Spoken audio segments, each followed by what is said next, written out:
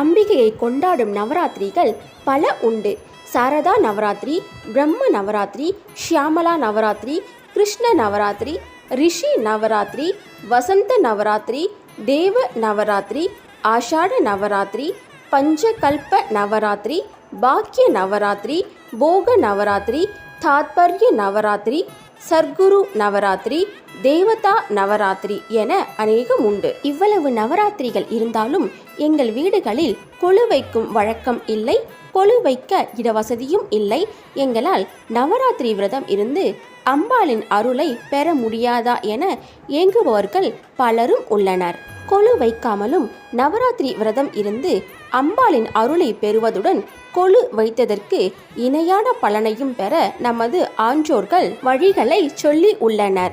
வீட்டிலேயே மிக எளிய முறையில் இந்த விரதத்தினை மேற்கொள்ள முடியும். அதுக்கு முன்னாடி இப்பதான் என்னோட